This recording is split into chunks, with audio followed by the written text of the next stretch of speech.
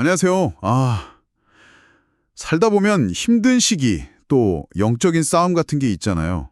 그럴 때 우리가 뭘 붙잡아야 할지 참 고민될 때가 많죠. 네, 맞아요. 혼란스럽기도 하고요. 그래서 오늘은 여러분이 보내주신 그 성경 본문들 4개를 좀 깊이 보려고 합니다. 신명기 8장, 시편 91편, 또 이사야 36장, 그리고 요한계시록 6장인데요. 이걸 통해서 변함없는 하나님의 약속, 그러니까 그분의 신실하심, 그리고 그걸 기다리는 우리의 자세는 어때야 할지 함께 좀 파헤쳐 보겠습니다. 네, 아주 중요한 본문들이네요. 먼저 신명기 8장부터 시작해 볼까요? 하나님께서 이스라엘 백성을 광야로 이끄셨는데 그 이유가 단순히 벌 주는 게 아니라 훈련의 장이었다. 이 관점이 참 흥미로웠어요. 그렇죠. 막 굶주리게도 하시고 또 만나도 주시면서 결국 가르치려 하셨던 게 사람이 떡으로만 사는 게 아니다. 하나님의 말씀으로 산다. 이걸 가르치셨다는 거죠.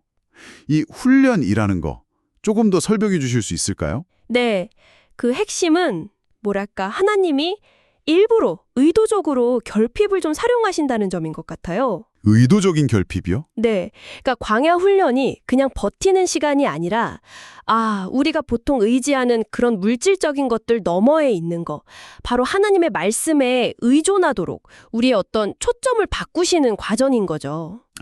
초점을 바꾸는 과정. 네, 신명기 8장 3절에도 나오잖아요. 사람이 떡으로만 사는 것이 아니요 여호와의 입에서 나오는 모든 말씀으로 사는 줄을 네가 알게 하려 하심이라. 여기서 중요한 건 이 고난까지도 하나님의 신실하신 기획 안에 있다는 거, 그걸 믿는 거죠. 고난조차 계획의 일부라는 믿음. 그렇군요. 그러면 다음 시편 91편으로 넘어가 볼게요. 여기는 분위기가 확 다른데요. 지존자의 은밀한 곳에 거주하며 전능자의 그늘 아래 사는 자요. 와, 하나님의 보호에 대한 약속이 정말 강력해요. 네, 그렇죠. 굉장히 강한 표현들이죠. 전염병이나 전쟁 같은 진짜 끔찍한 상황 속에서도 하나님이 피난처가 되신다. 심지어 천사들을 보내서 지켜주신다. 이런 약속까지 있잖아요. 네, 11절에 나오죠. 근데 현실을 보면 꼭 그렇지만은 않은 것 같기도 하고 신실한 분들도 고통받는 걸 보게 되는데 이 약속은 그럼 어떻게 받아들여야 할까요? 그거 정말 중요한 질문이에요. 사실 바로 그 지점 때문에 사탄도 이 말씀을 인용해서 예수님을 시험했잖아요. 마태복음 4장에 보면요. 맞아요. 성전 꼭대기에서 뛰어내리라고. 네네. 그러니까 하나님의 약속을 자기 마음대로, 자기 욕심대로 해석하거나 하나님을 시험하려는 건 그건 올바른 믿음이 아니라는 걸 보여주는 거죠. 시편 91편의 약속은 지금 여기서 문자 그대로 다 완벽하게 이루어진다기보다는 뭐랄까, 마지막 때 있잖아요. 그때 하나님의 백성이 누리게 될 완전한 보호. 마지막 때의 완전한 보호. 네, 요한계시록 같은 데서 보여주는 그런 궁극적인 안전의 일종의 예표, 그림자라고 보는 게 더 좋을 것 같아요. 그래서 지금 우리는 그 완전한 보호를 믿음으로 붙잡고 전능자, 즉 모든 걸 하실 수 있는 분의 그늘 아래 거하는 연습을 하는 셈이죠. 그러니까 현재의 어려움 속에서도 미래의 완전한 보호를 바라보면서 하나님을 피난처로 삼는 믿음. 네, 그렇게 이해하면 되겠네요. 다음은 이사야 36장인데요. 여기서는 아수르 장군 랍사게가 나와서 히스기야 왕하고 백성들의 믿음을 아주 대놓고 조롱하죠. 그렇죠. 심리전이죠, 완전히. 네, 하나님 의지해봐야 소용없다. 막 이렇게 외치는데 이런 세상의 조롱 또 아빠 같아서 히스기야가 어떻게 반응했는지 이게 좀 특이했어요. 바로 맞서 싸우거나 변명하지 않았다는 점이에요. 맞습니다. 히스기야는 즉각적으로 인간적인 방법으로 대응하기보다는 오히려 침묵하고 먼저 하나님의 뜻을 구하죠. 이사야 37장으로 넘어가면 그게 나오는데 네, 기도하러 갔죠. 여기서 배울 점은 이런 위협 앞에서 인간적인 반격이나 어떤 변론이 먼저가 아니라 하나님의 말씀을 구하면서 기다리는 자세라는 거죠. 세상의 소리가 막 커질수록 우리는 오히려 더 하나님의 음성에 귀를 기울여야 한다는 것. 세상 소리가 클수록 더 귀 기울여야 한다. 네, 이게 나중에 보면 또 침묵으로 세상의 조롱을 다 감당하셨던 그리스도의 모습을 좀 떠올리기도 하고요. 진짜 힘은 막 소리내고 반응하는 데서 나오는 게 아니라 하나님을 신뢰하는 데서 나온다. 이걸 보여주는 거죠. 와, 그렇군요. 자, 마지막으로 요한계시록 6장입니다.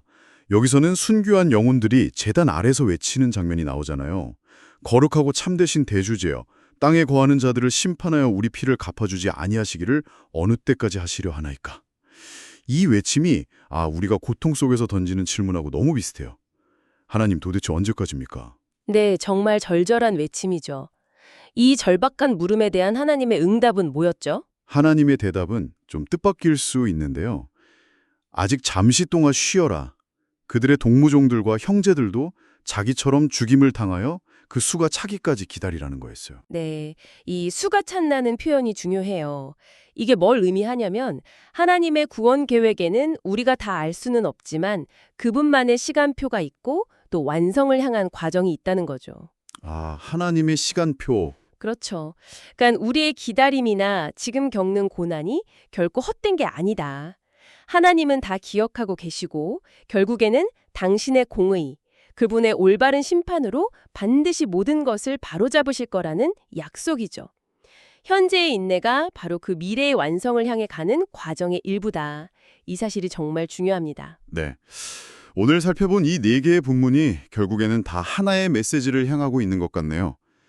광야에서의 훈련을 통해서든 또 재난 속에서의 보호 약속을 통해서든 세상의 조롱 앞에서 신뢰하는 것을 통해서든 그리고 마지막 심판을 기다리는 인내를 통해서든 전부 다 하나님의 신실하심을 믿고 그분의 때를 기다리는 자세를 요구하고 있다는 거군요. 정확합니다. 다 연결되어 있죠.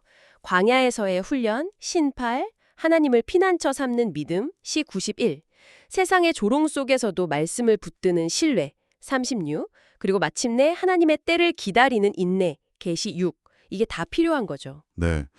그럼 마지막으로 저희가 좀 생각해 볼 점을 던져주시죠. 네, 오늘 이야기 나눈 거 특히 요한계시록이 보여주는 것처럼 하나님의 계획에는 정해진 때가 있고 우리의 기다림이 그 계획의 일부라면 지금 여러분 삶 속에서 혹시 응답이 없어 보이는 기도나 이거 정말 언제 끝날까 싶은 그런 어려움의 시간들이 있다면 그것들을 어떤 새로운 시각으로 좀 바라볼 수 있을까요? 그 기다림 속에서 우리가 발견할 수 있는 의미는 또 무엇일지 한번 깊이 생각해 보시면 좋겠습니다.